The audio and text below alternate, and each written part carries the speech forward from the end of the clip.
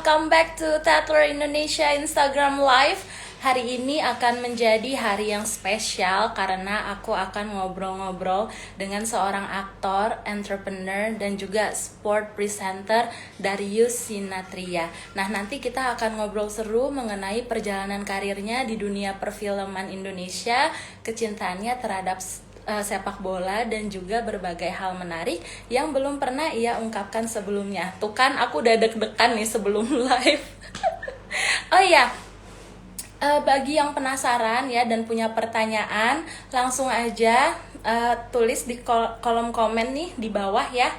Kalau misalnya kalian punya pertanyaan, terus juga how's your weekend? Ya kan kita udah 9 bulan nih work from home. Yang pastinya udah kangen banget, pengen jalan-jalan, terus juga pengen ketemu sama temen pastinya, ya kan? Halo, ada Ibu Nani di sini. Halo semuanya, terima kasih sudah stay tune di Tatler Indonesia Instagram Live. Dan seperti yang tadi aku udah bilang ya, hari ini kita akan ngobrol-ngobrol seru barengan sama Darius Sinathrya. Oke, dan kebetulan dia juga udah join, jadi kita langsung aja ya.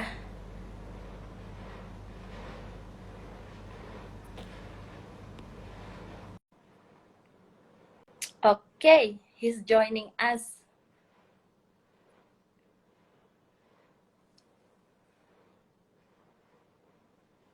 Ditunggu ya teman-teman, masih loading. Hai Feby. Oke, he's joining us.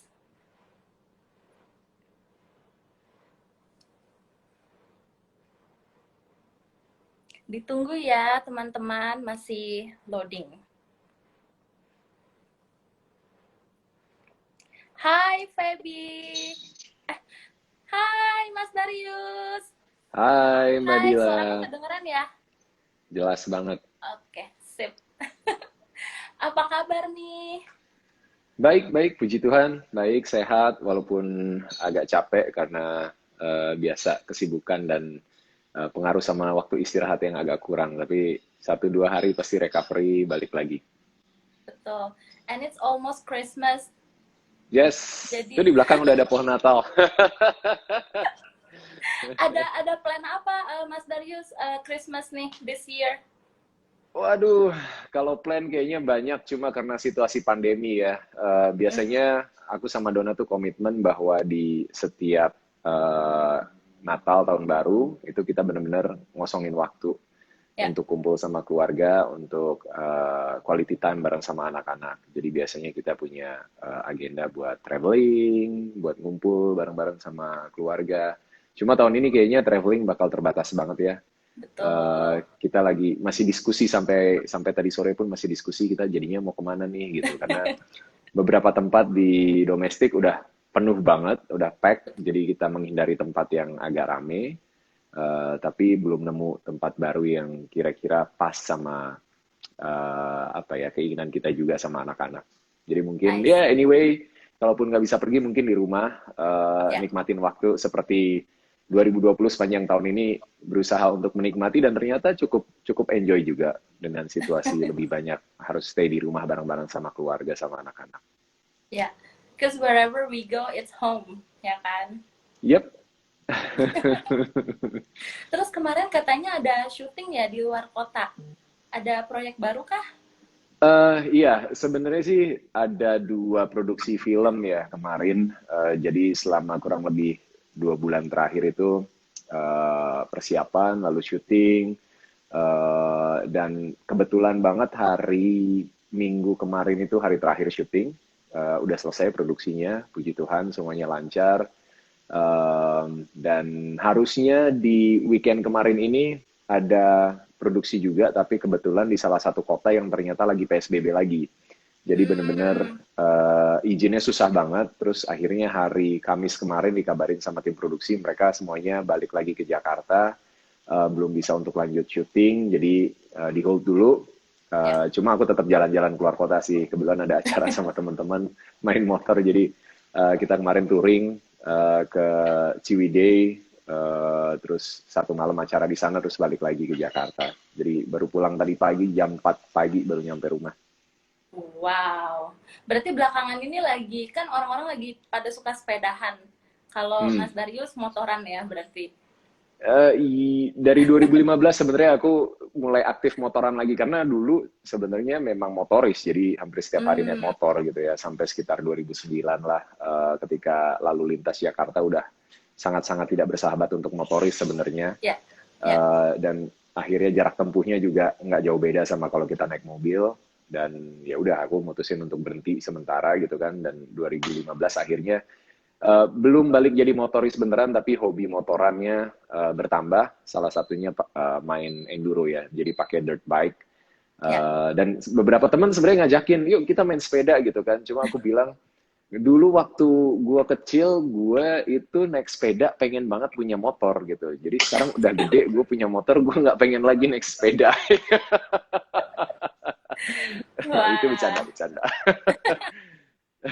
Terus kalau misalnya tadi kan sempat bilang apa sebenarnya Mas Darius adalah seorang motoris gitu kan. Maksudnya dalam hal profesionalkah atau hobi Kalau atau kalau motoris sebenarnya kan orang-orang yang memang dalam kesehariannya menggunakan sepeda motor. Jadi ya ya ya. mobilitas mereka ditunjang oleh sepeda motor gitu. Nah, kalau anak motor beda lagi, dia biasanya punya punya tipe motor tertentu yang dia suka gitu kan. Terus dia Ya. biasanya gabung sama klub motor. Terus aktivitasnya ya seperti aktivitas klub motor. Jadi dia keluar naik motor kalau San Mori misalnya, atau ada jadwal touring keluar kota misalnya, atau kayak aku misalnya main enduro atau trabasan gitu ya. Jadi kita biasanya anytime ada waktu kosong, kita ke yang paling dekat itu di daerah Sentul di Hambalang, kita Ya. bisa main lumpur di sana gitu kan. Jadi bukan pro sih.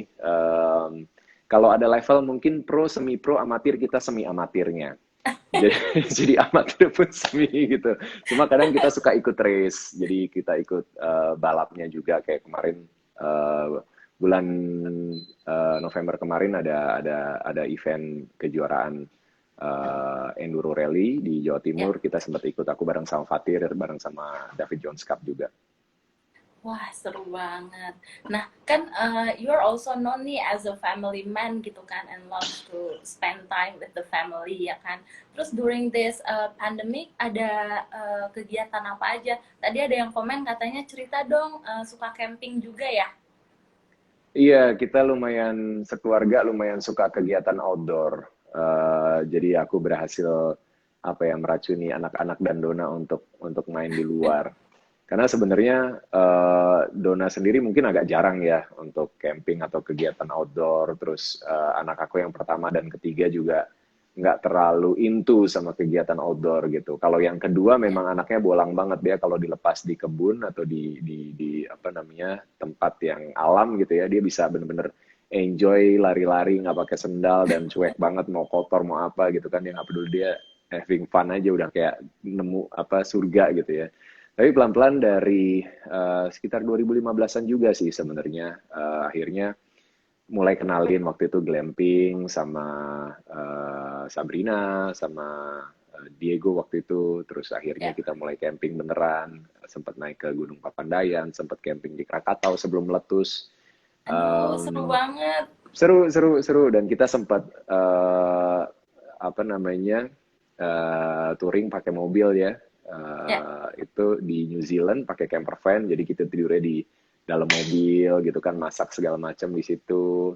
Terus kita suka juga keliling-keliling, ya kalau traveling keluar misalnya kita pakai mobil, kita bener-bener road trip lah gitu Ya. istilahnya. Gitu, dan anak-anak enjoy. Dan kemarin minggu lalu sih baru balik, kita 2 malam tidur di daerah Pangalengan ya, Jawa Barat, Wah, Jawa Barat. di Datar Pinus. Itu tempatnya bagus sih dan recommended banget buat keluarga kalau main ke alam. Aduh, salah satu ultimate list aku tuh memang mau camper van. Tapi Hmm, belum tapi belum kejadian sama harus. sekali. Aku tuh selalu pengen banget nyobain gitu kan camper van. Mm-mm. Awalnya pengennya tuh di Alberta di Kanada. Tapi Hmm, lama-lama kayaknya di Indo juga bagus-bagus gitu kan iya, pemandangannya gitu. Jadi iya. ya semoga aja aku bisa kayak Semoga, Mas semoga. Darius. Amin, didoain. Mudah-mudahan seru banget karena Thank pengalamannya, you. experience-nya beda banget. Oke, So during this pandemic kan banyak nih orang yang bilang kalau mereka tuh discover their new passion gitu kan. Mhm. Kalau Mas Darius sendiri, any new things that you discovered atau new Hmm, passion? kayaknya nggak terlalu ya. Mungkin karena aku terbiasa aktif terus gitu, nggak pernah berhenti gitu. Dan Ya, bahkan Dona sempat bilang, kamu tuh tiap tahun ada aja yang baru, ada aja yang baru, usaha ini, usaha itu, pengen ini, pengen itu. Pun dengan aku apa namanya personal career aku gitu ya, jadi aku udah di presenting, udah main film, main sinetron, terus aku sempet coba ngeband juga, bikin lagu ya, sendiri segala macam gitu. Dan itu kayak muter terus gitu. Nah, begitu kemarin pandemi, sebenarnya di akhir 2019 itu aku punya resolusi. Aku jarang banget punya resolusi yang spesifik gitu ya. Cuma 2019 itu aku ngerasa agak capek dan lelah dengan semua rutinitas yang aku jalanin dan pressure di bisnis juga gitu ya. Jadi aku kayaknya gue pengen 2020 itu jadi tahun yang santuy. Pengen jadi orang yang lebih santuy gitu. Dan ternyata kayak langsung dikabulin sama Tuhan, oke, okay, stay at home, don't go anywhere, do nothing gitu kan. Dan kayak dua betul. minggu pertama itu mungkin ini new habitsnya yang aku temuin yang sebelumnya aku susah banget untuk tinggal di rumah diem, itu 2 minggu pertama pandemi itu aku bener-bener stay at home karena syuting waktu itu di breakin, Ya, dan tiap hari kerjaannya rebahan, nonton Netflix, sampai pagi, tidur, segala macam, makan, tidur, main sama anak-anak kayak gitu. Jadi nggak pengen keluar, nggak pengen ngapa-ngapain. Cuma setelah 2 minggu aku nggak betah juga, kayak, wah nggak bisa kayak gini nih, kayak harus ayo do something lagi. Akhirnya aku sama beberapa temen aku bikin charity buat tenaga medis yang lagi kerja gitu kan. Kita bikin kayak rice ya, bowl, terus aku sendiri yang nganterin ke beberapa pusat kesehatan gitu kan, fasilitas kesehatan yang memang menangani COVID gitu. Dan berjalan 1,5 bulan, setelah itu baru mulai ada kegiatan lagi dan mulai aktif lagi. Jadi kayak nggak ada habit baru sih sebenarnya, cuma memang buat aku pandemi ini jadi momen buat refleksi diri sih. Ada banyak hal yang tadinya kita nggak bisa untuk melihat lebih jernih atau berpikir lebih dalam lagi tentang semua yang terjadi, kayak semuanya cepet gitu ya, lewat gitu ya, kan. Momen-momennya sekarang jadi kayak banyak waktu untuk menganalisa, untuk introspeksi lagi, untuk melihat apa yang udah aku kerjain, apa yang udah aku lakuin selama ini, dan juga yang paling terutama adalah lebih dekat lagi sama anak-anak, sama keluarga. Karena betul. ada banyak momen yang dulu kita cuma bisa rasain ketika misalnya weekend atau ketika liburan.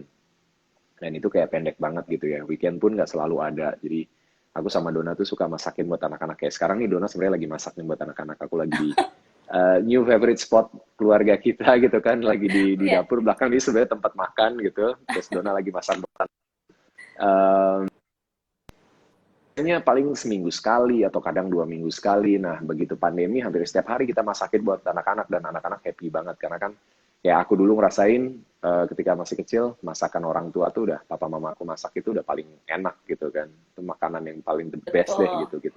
Kita punya makanan favorit yang mereka selalu tahu kita paling sukanya apa. Nah, ini juga anak-anak ngerasa seperti itu, dan kita jadi punya momen buat lunch bareng atau dinner bareng, doa sama-sama, ngobrol lebih panjang, do lot of activities bareng-bareng gitu. Jadi dia bersyukur banget sih di tengah situasi yang serba tidak pasti dan selalu khawatir ya ngelihat perkembangan, apalagi sekarang-sekarang ini makin tinggi, tapi kita punya waktu yang Ya, cukup untuk bonding lagi, untuk apa ya, mengikuti detail-detail perkembangan pertumbuhan anak-anak lebih dekat lagi. Dan aku sama Dona juga punya lebih banyak waktu buat me time, buat ngobrol, buat betul. berantem-berantem kecil yang sebelumnya mungkin karena kesibukan masing-masing suka skip gitu kan, ah ya Ya, udah deh ya. gitu kan.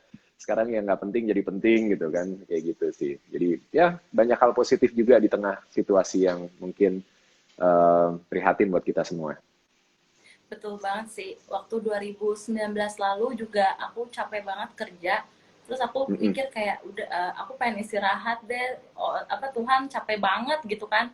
Tiba-tiba Mm-mm. Maret sampai sekarang di rumah terus itu kayak wow, be careful on what you wish for. Iya, iya, iya, iya. Bener banget. Okay, so let's reminiscing a little bit ya, kayak would you share a little bit apa ya on how you grow up, terus kayak who introduced you to the entertainment industry sih? Awal Mm-mm. mulanya gimana tuh? Eh, aku aku lahir di Swiss ya. Ya, Numpang lahir doang sebenarnya karena papa waktu itu belajar terus ketemu sama mama di sana, mereka nikah di sana terus kakak aku lahir di sana sempat sampai TK kalau nggak salah, terus aku lahir umur setahun, akhirnya pindah, terus besar di Jogja sampai SD, SMP SMA aku di Jakarta, terus sempat kuliah sebentar di Jogja tapi ya, nggak selesai dan akhirnya aku balik ke Jakarta. Dan momen itu yang mungkin ada beberapa orang yang nanya, Bang Darius, masa-masa paling the darkest apa ya, momen gitu kan, yang pernah lo alamin tuh apa gitu ya. Buat aku sekarang mungkin di era aku apa ya, remaja mungkin ya.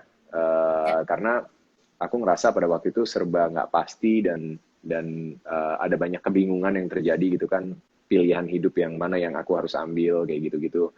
Mau kuliah cuma uh, rasanya nggak di situ karena aku punya cita-cita sebenarnya jadi pemain bola gitu kan, dan mm, nggak disupport sama orang tua jadi nggak bisa diwujudin dan semuanya serba serba nanggung gitu. Terus mau lanjut kuliah di luar tapi juga nggak 100% yakin sama apa yang mau aku kerjain gitu, sampai akhirnya aku mutusin berhenti kuliah, terus aku balik ke Jakarta untuk persiapan kuliah di Jerman waktu itu, jadi ngambil les bahasa dulu di Goethe Institute. mm, Nah di momen itulah ketemu sama satu agency, kalau nggak salah namanya Bunga Agency ya.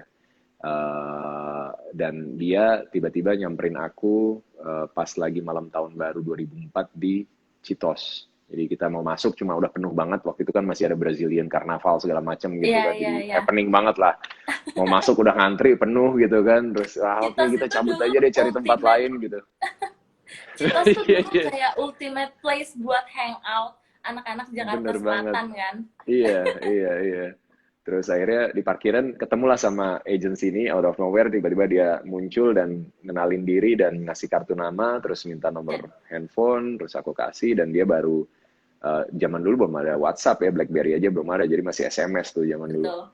Em, Dia SMS itu baru bulan Maret kalau nggak salah, nawarin casting lah gitu, dan akhirnya didorong oleh teman dan mantan pacar, akhirnya aku datang casting, terus cuma nggak nyaman karena memang nggak punya intensi untuk terjun ke dunia entertainment, nggak pernah kepikiran gitu. Ya, Jadi kayak harus nyebutin nama, ngomong di kamera gitu kan, belum acting baru perkenalan doang itu udah kayak ini apaan sih gitu kan, kayak aneh sendiri gitu. Terus setelah 2 kali coba aku ngerasa kayaknya bukan tempatnya deh gitu kan, jadi kayak ya, udah nggak mau coba lagi gitu, sampai akhirnya ada satu tawaran dari agensi yang sama.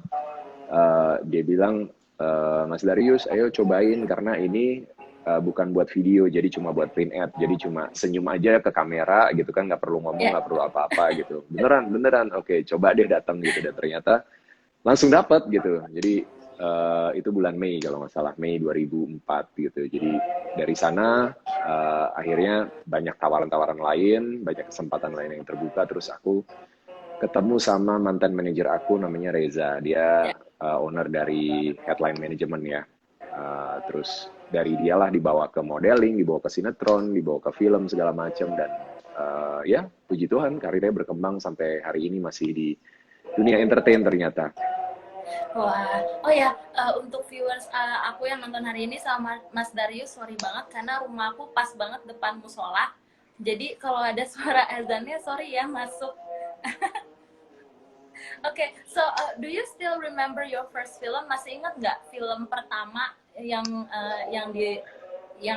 dimainin gitu kan? Terus kayak gimana tuh pengalamannya pertama kali main film? Film pertama itu The Bee Gees. Hmm, Mungkin mungkin masih ada yang ingat ya, ya, 2005 ya, itu. Jadi The Bee Gees waktu itu sutradaranya Mas Rako Priyanto. Dan kemarin aku baru aja selesai syuting bareng sama dia lagi. Jadi after 15 years akhirnya kita kerja sama bareng lagi gitu. Jadi waktu itu aku ditawarin untuk satu karakter yang buat aku merasa untuk film pertama aku belum siap buat mainin gitu. Jadi Hmm. buat aku ngelihat film dari awal itu, ngelihat film itu satu yang prestisius, yang valuable banget, dan kalau join pengennya all out dan bisa kasih kontribusi yang terbaik walaupun cuma kecil perannya, tapi ya semua bilang kan nggak ada peran yang kecil kan, justru itu dengan sekecil apapun yang kita kita jadi bagian dari film itu, kita harus bisa kasih yang terbaik gitu. Dan dengan peran yang cukup besar dan cukup vital di film itu, aku ngerasa aku belum siap gitu, belum pantas lah gitu. Dan Ya. aku bilang sama Mas Rako, kita ngobrol baik-baik, terus Mas Rako bisa ngerti alasan aku untuk nggak meranin peran itu dulu.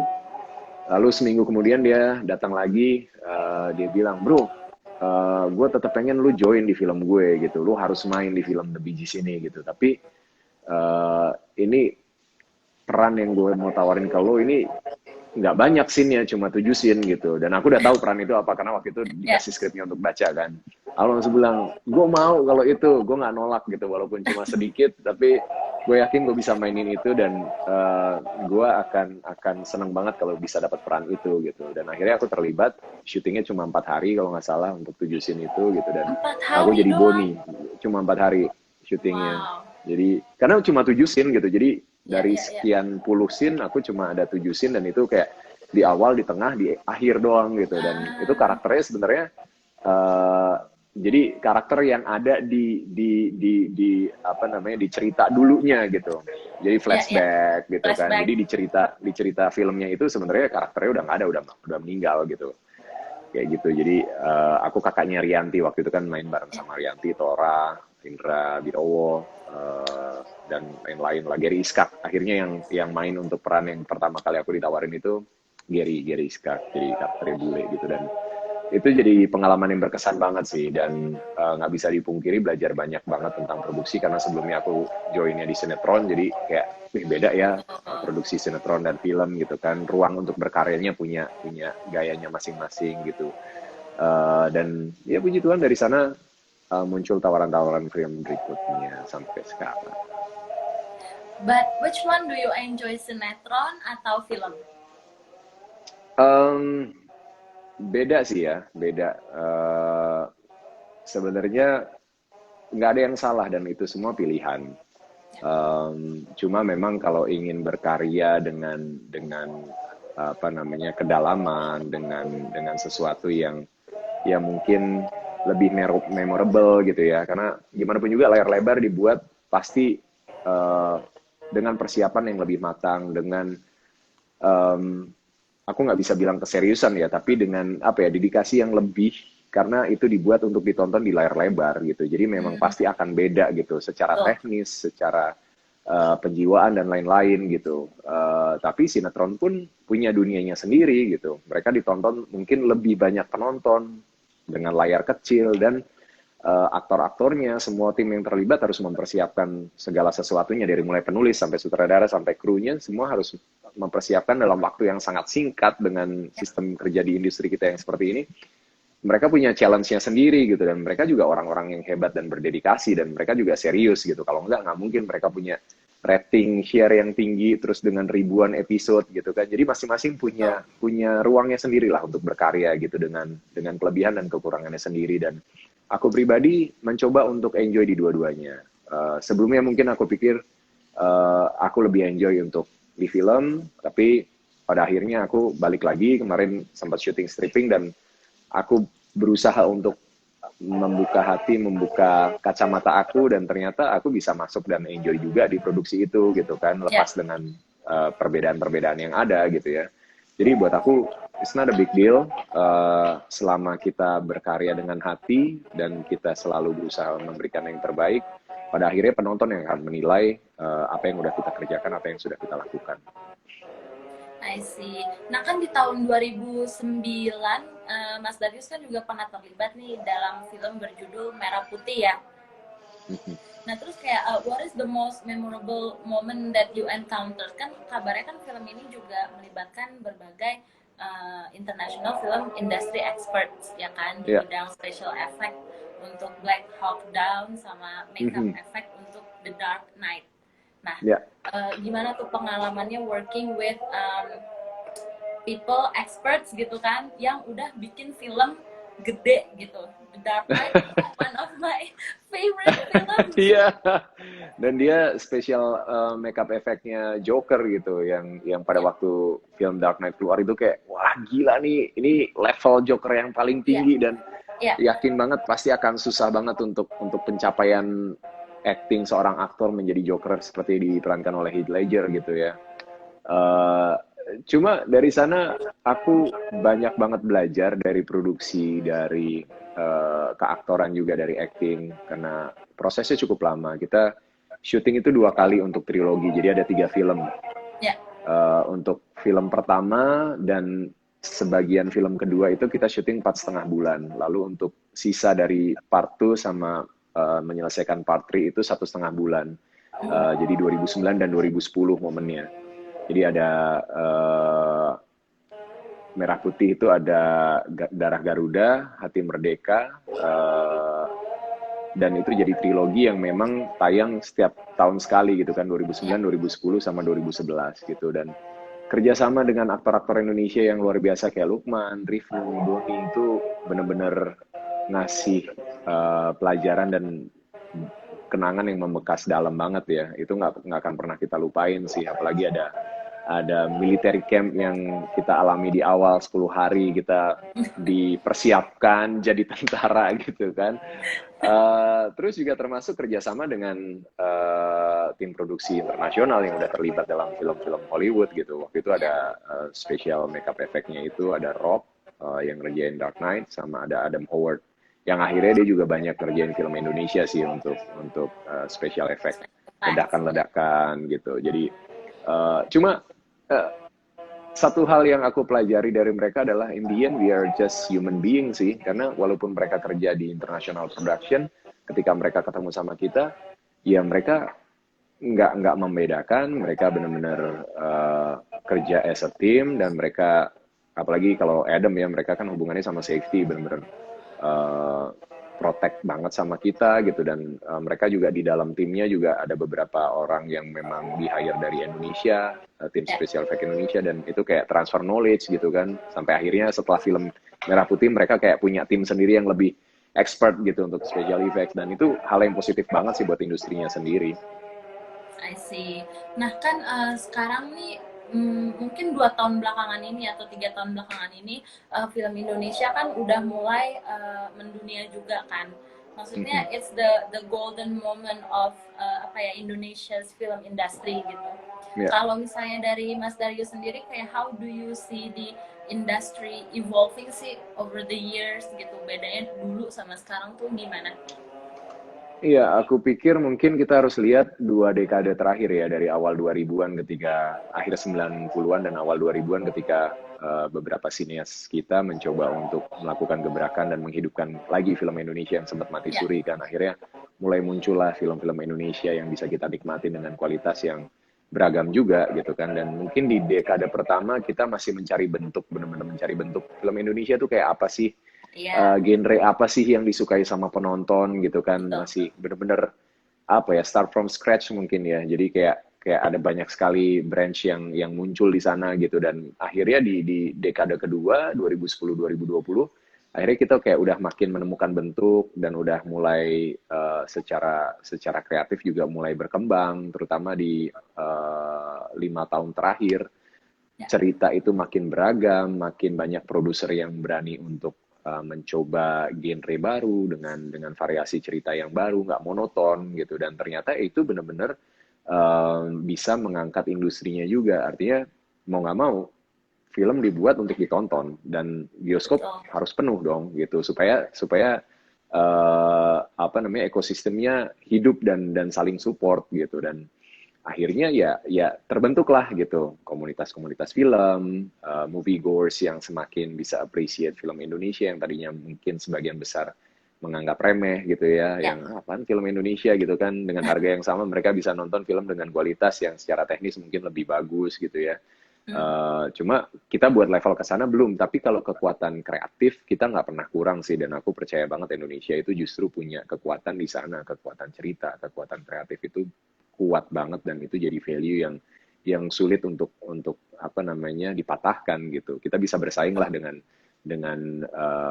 negara-negara yang udah lebih established lebih dulu di industri film ya, dan mungkin 3-4 tahun terakhir kita punya beberapa film yang akhirnya bisa lebih menggaung di dunia film internasional. Sebenarnya dari dulu sih udah ada beberapa sineas yang selalu konsisten ya dengan Ya, ya. film-filmnya gitu dan udah dikenal dan sangat dihormati di dunia internasional. Tapi beberapa tahun terakhir ini mulai makin banyak sineas yang karya barunya dikenal lagi dan bisa dinikmati bukan oleh sekelompok orang aja tapi lebih luas marketnya gitu, dan itu hal yang positif banget. Dan aku berharap sih ini bisa dipertahankan, bisa terus berkembang, produser-produser bisa berani untuk men-challenge dirinya sendiri dan ngasih kesempatan buat orang-orang yang bisa kasih ide-ide kreatif dan segar dan out of the box gitu, karena Betul. pada akhirnya itu yang akan dinikmati oleh orang, bukan yang cerita yang stereotip yang gitu-gitu aja gitu kan, dengan beragam genre ya, nggak ada satu genre pun yang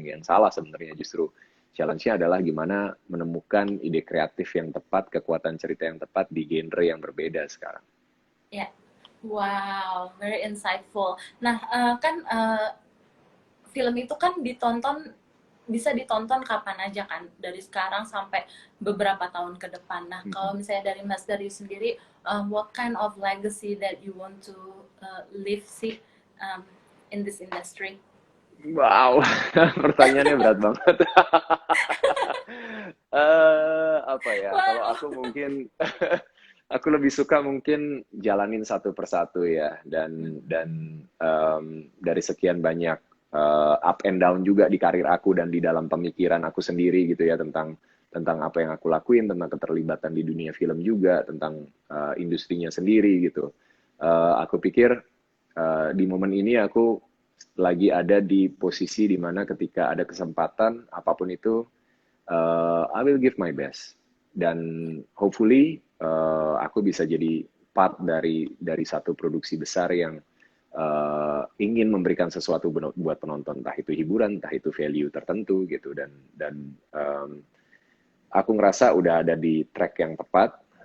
2014 aku dapat kesempatan untuk bisa produce film pertama, dan puji Tuhan ya walaupun secara bisnis filmnya kurang oke, tapi secara pencapaian di festival kita dapat dapat reward lah yang mungkin itu bisa jadi sesuatu yang I don't know, mungkin disebut legacy, mungkin salah satu Ya, ya. di industri film Indonesia gitu, dan aku senang banget, bangga banget bisa dapat opportunity itu, karena bukan sesuatu yang direncanakan sebenarnya, itu kayak ya bergulir begitu aja, dan ternyata aku terlibat dan terjerumus dan akhirnya ya harus dijalanin dan diselesaikan, dan ya lepas dari balik lagi lebih kurangnya pasti ada gitu ya, tapi bisa jadi satu hal yang hmm, mungkin bisa jadi satu milestone juga di dalam karir aku. Itu film Night Bus ya. Nah, karena ngomongin itu dari tadi aku kepikiran tuh night bus. Soalnya waktu di Manado, waktu Mm-mm. FFI, Iya. itu aku tuh juga datang ke acaranya karena waktu itu aku Oh, juga jadi oke. jurnalis, and I Iya. saw you there and I Oke. interviewed you. Jadi aku baru inget gitu kayak, oh night bus pasti night bus gitu kan. Iya, iya, It iya, was iya. a it was a Wow. very good film sih. I watched it. Thank you so much, thank you so much. Ya, It was like a very memorable moment sih buat aku gitu. ya, ya, ya. Walaupun kita semua nggak nyangka kita bisa jadi film yang terpilih sebagai Best Pictures ya. Dan sampai hari ini Ya, aku ya, masih kayak rasanya memang kalau kita bicara detail gitu ya, bicara teknis segala macam, rasanya memang Night Bus seharusnya nggak pantas untuk bisa jadi Best Pictures. But anyway, itu adalah keputusan dari juri, dan kita sangat menghargai itu gitu. ya. Dan kita sangat berterima kasih sama itu. Jadi kayak di balik semua kesulitan yang kita hadapi di dalam proses produksi Night Bus, akhirnya kita dapat uh, reward. Kita Ya. means semua tim produksi dan pemain yang udah all out, yang udah ngasih yang terbaik buat produksi filmnya. Iya sih, karena menurut aku lebih susah bikin alur cerita di satu tempat aja Mm-mm. daripada di banyak tempat. Soalnya kan kalau naik Mhm. bus itu kan di dalam bus kan. Iya, iya, dan Maksudnya waktunya scene-nya linear, di waktunya situ. berjalan dalam dalam Heeh, momen yang sangat pendek 12 jam perjalanan itu. betul. Mhm, Jadi mhm, untuk di satu tempat ceritanya itu benar-benar ngalir dan menurut aku it leaves a very good impression on me gitu loh. mhm, Karena jarang mhm. banget ada film Indo yang oh cuma di satu tempat doang, tapi biasanya kan kita bosen. But that Ya. one itu wow, it Tapi was tahun great. depan ada lagi. Aku terlibat di I'll be produksi yang kurang waiting. lebih seperti itu. Cuma belum boleh cerita banyak. I'll be waiting banget sih. Oke, okay. Mudah-mudahan suka juga nanti ya. Ya. Terus kalau ngomong-ngomong nih tentang sepak bola, nah tadi kan kita udah bahas tentang film gitu kan. Sekarang Ya. mungkin aku pengen tanya tentang sepak bola nih. Kalau misalnya orang ngedenger nama Darius Sinathrya, pasti itu nggak bisa dipisahin dari seorang presenter olahraga gitu kan. Nah, boleh diceritain nggak waktu pertama kali tertarik dengan dunia sepak bola dan gimana tuh bisa jadi presenter awalnya? Iya, pertama kali tertarik sama dunia sepak bola mungkin SD ya, sekitar ya dari kecil sebenarnya main bola tapi masih biasa aja gitu kan. Tapi SD kelas 4 kelas 5 itu mulai mulai aktif main bola. Kebetulan ada satu temen aku yang seangkatan waktu itu yang akhirnya benar-benar jadi pemain pro Ya, gitu. Jadi tapi sekarang dia udah retired. Dan waktu itu kita sering main bareng. Terus Piala Dunia 94 itu pertama kali aku nonton bola dan dapat souvenir maskotnya dari saudara aku yang nonton ke sana gitu. Dan ya, akhirnya kayak 4 tahun kemudian tuh Piala Dunia 98 itu mulai yang benar-benar jadi aku kelas 1 SMP ya. Itu mulai benar-benar intens banget dan mulai punya cita-cita jadi pemain bola gitu. Jadi kayak nyisihin uang jajan, beli beli majalah, beli tabloid bola gitu kan. hmm, Terus bener-bener setiap hari nyampe sekolah pagi-pagi main bola, istirahat main bola sampai dipanggil guru segala macam sampai akhirnya dibikin larangan nggak boleh main bola pagi hari gara-gara aku sama teman-teman main bola di sekolah gitu ya, tiap pagi.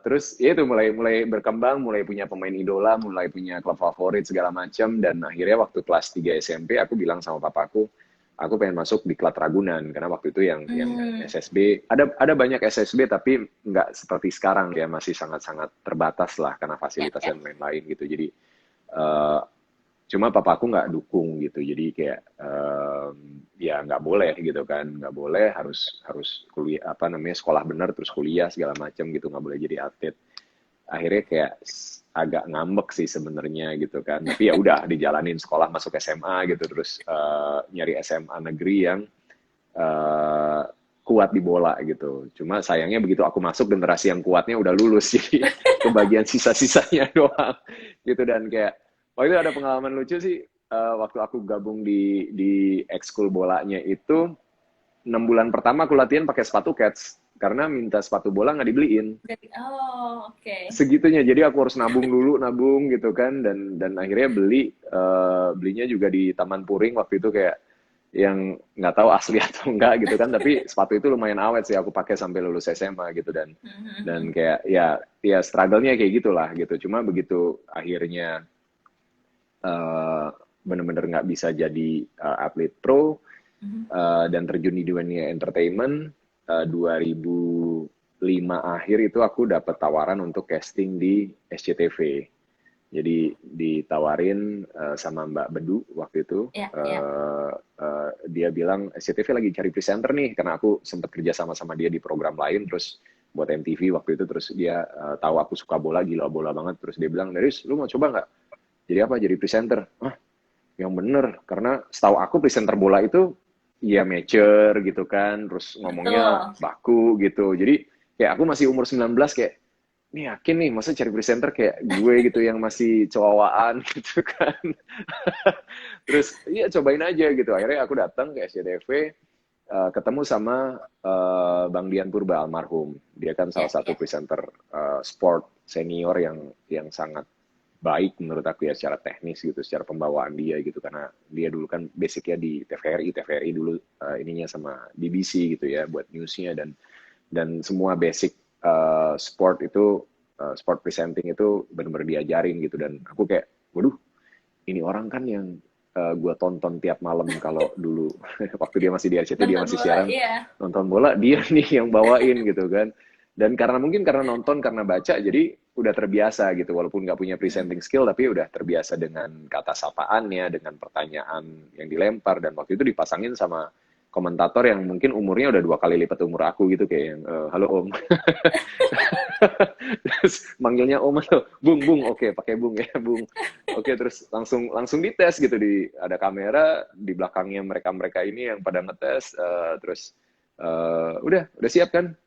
Siap ngapain ya ini dong presenting dong Nah, coba pura-pura bawa pertandingan gitu ya jadi nggak tanpa skrip tanpa apa-apa gitu dan ya. oh oke gitu kebetulan waktu itu ada big match di weekend itu ada big match AC Milan lawan Juventus jadi ya udah aku pura-pura bawain pertandingan itu gitu dan seminggu 2 minggu lah 2 minggu kemudian dikabarin kalau Darius kamu kepilih nih jadi presenter baru waktu itu buat Liga Serie A Italia.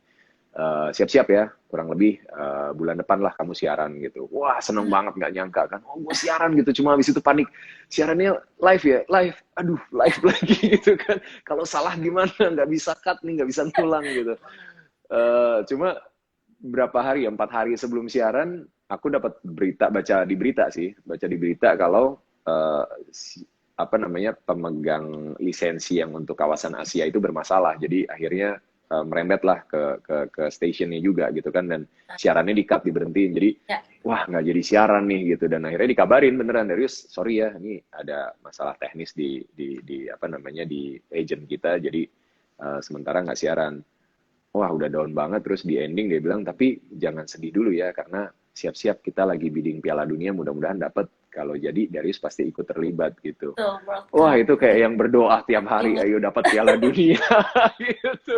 Dan akhirnya terlibat di Piala Dunia 2006 gitu. Jadi benar-benar kayak cuma nggak instan juga ya maksudnya ketika dipilih ya udah secepat itu berhasil masuk tapi ketika masuk itulah prosesnya dimulai gitu. Jadi benar-benar di Tuh. drill kita live on tape, kita dikasih pertandingan-pertandingan yang kita nggak tahu pemainnya siapa gitu kan ya dulu kan kita baca tim-tim gedenya aja gitu dan Tuh. akhirnya harus baca internet belum kayak sekarang tim-tim bola itu belum punya website yang secanggih sekarang gitu dan sosial media belum ada jadi benar-benar risetnya ya dari baca ngobrol sama komentator yang lebih senior di drill habis-habisan terus dipasangin sama Dona dan zaman dulu di SCTV untuk sport sama kayak news hampir kita nggak pernah pakai prompter ya jadi benar-benar Ya. dikasih skrip yang satu kalimat satu paragraf bisa 5-6 kalimat kita harus ngafalin semuanya dan itu Oh, bener-bener wow. ngedidik kita sih ngebentuk banget sih gitu beda Ya, ya. sama mungkin kalau sekarang kan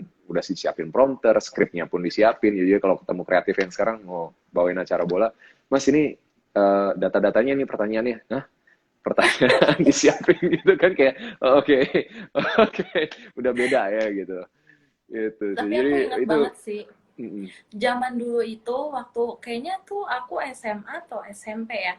Teman-teman aku tuh pada bilang gini, cepetan lo nonton TV. Kenapa emang? Cepetan nonton bola. Emang kenapa? mm. Presenternya nggak tua, presenternya cakep gitu kan. Terus aku kayak, apaan sih? Karena kan emang dari zaman dulu, dari zaman kakek aku sampai ayah aku juga kan kalau yang bawain pasti kan bapak-bapak gitu kan. Terus Iya, temen aku kayak, iya, iya.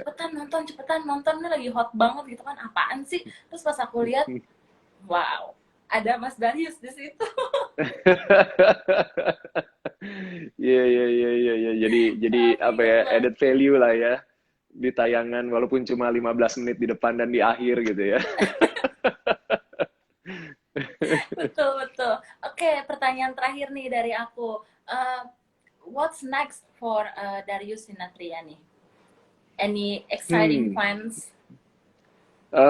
Ya, selain selain aku mungkin setelah kemarin apa namanya 5-6 tahun terakhir mungkin aku pecah fokus ya antara karir pribadi sama bisnis aku. Aku ada production house juga yang akhirnya di tahun ini ya aku shutdown sementara.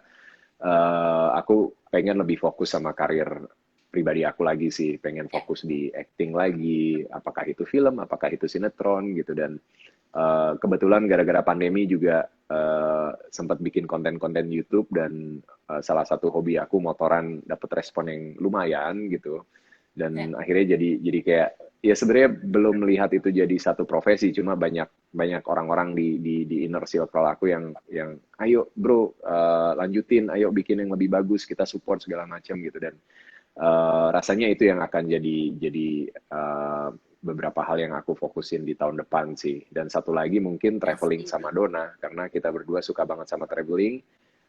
Kita pengen banget bisa jalan-jalan, cuma sekarang harus dipikirin jalan-jalannya biar tetap bisa deket sama anak-anak juga. Kebetulan juga Mbak Dona lagi nonton nih di sini. Terima kasih sekali loh udah Iya. nonton kita juga. Oke, aku juga mau kasih tahu ke viewers kita. Jadi abis ini ada rapid question. Setelah itu aku Oke, akan buka Q&A session. Jadi kalau yang mau nanya langsung aja komen di bawah ya. Oke, sekarang kita udah masuk ke rapid question. Jadi jawabnya harus cepet ya. Nggak oke. boleh mikir. Mudah-mudahan.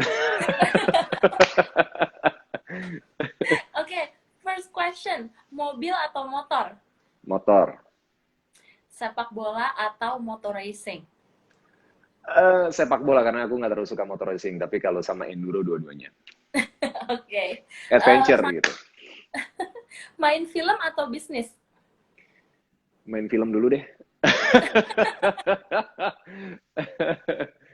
Oke. Sukses adalah Sukses adalah pencapaian. Sekecil apapun pencapaian itu adalah kesuksesan. I see. Dan apa kebahagiaan untuk seorang Darius Sinathrya? Keluarga. I see.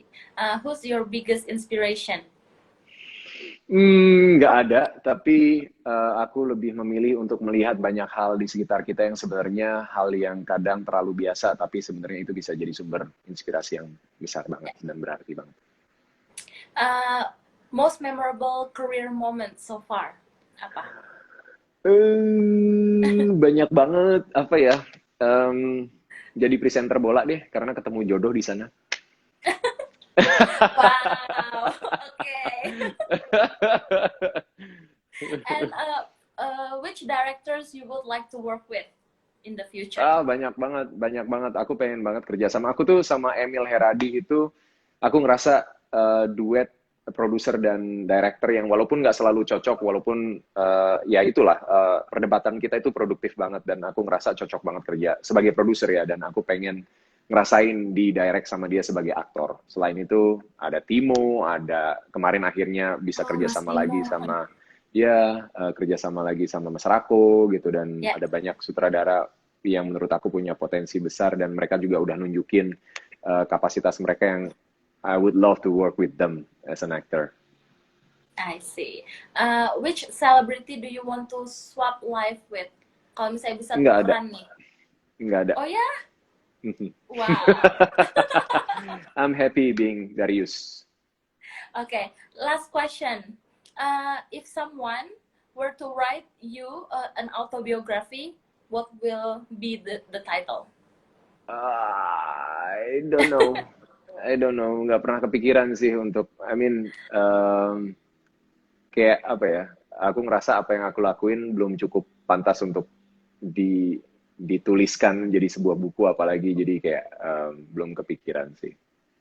I see. Harus kerja Okay. keras lagi, harus kayak bikin sesuatu yang wow dan punya impact yang besar ke banyak orang mungkin baru.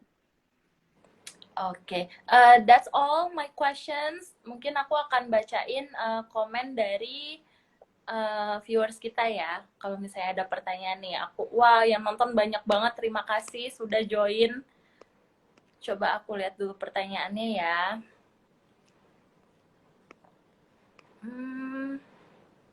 Wah, semuanya pada bilang Bang Darius ganteng banget. Katanya salam buat Mbak Dona.